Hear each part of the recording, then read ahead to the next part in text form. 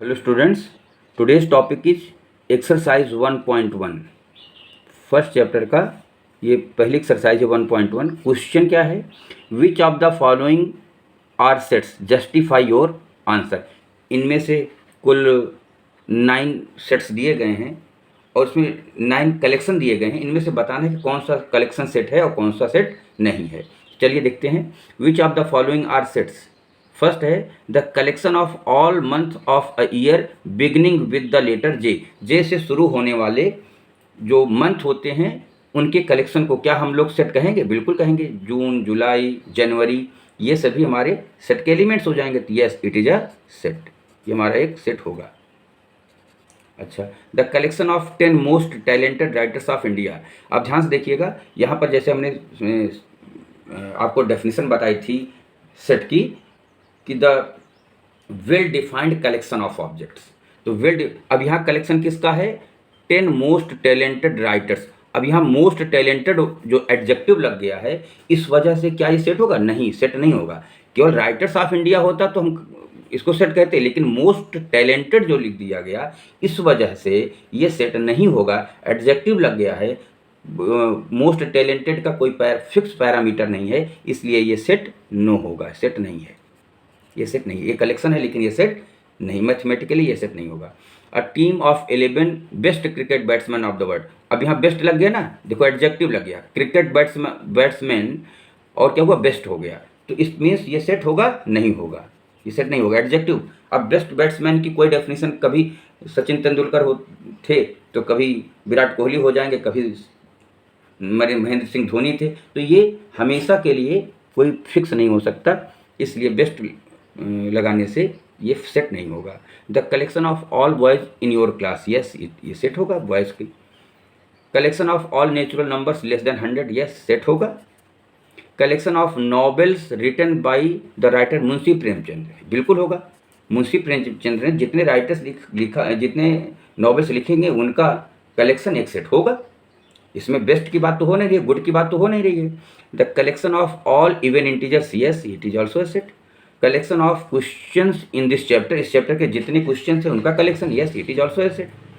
कौन नहीं है? The collection of most dangerous animals. ध्यान से देखिए, मोस्ट डेंजरस, अब सबसे खतरनाक ऑफ द वर्ल्ड, संसार के सबसे खतरनाक जानवरों का कलेक्शन। अब सबसे खतरनाक इसको आप कहेंगे, इसलिए ये सेट नहीं होगा, ये वेल डिफाइंड कलेक्शन नहीं है। तो इस तरीके से हम लोगों ने ये समझा कि मैथमेटिकली कौन सा कलेक्शन सेट होगा और कौन सा कलेक्शन सेट नहीं होगा। आई थिंक आप इसको अच्छी तरीके से समझ गए होंगे।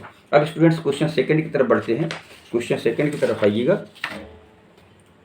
क्वेश्चन सेकंड में क्या है? लिखा है कि लेट ए इक्वल टू 1 2 3 4 5 6।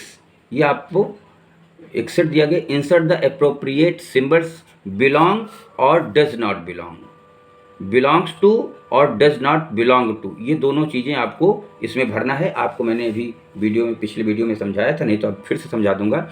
अगर एलिमेंट सेट में होगा तो बिलोंग टू, इसको रीड कैसे करते हैं? जैसे हमने यहाँ लिखा 5 और इसके बीच में फिल इन द ब्लैंक्स है, ए लिखा है, तो इसका मतलब हम यहाँ लिखेंगे 5 बिलोंग टू ए। अगर होगा तो यस 5 इसमें, तो 5 बिलोंग टू। रीड कैसे करेंगे?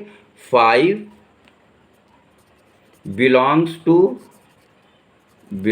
To A. रीड ऐसे किया जाएगा और इसको पढ़ेंगे, लिखेंगे ऐसे 5 बिलोंग्स टू ए।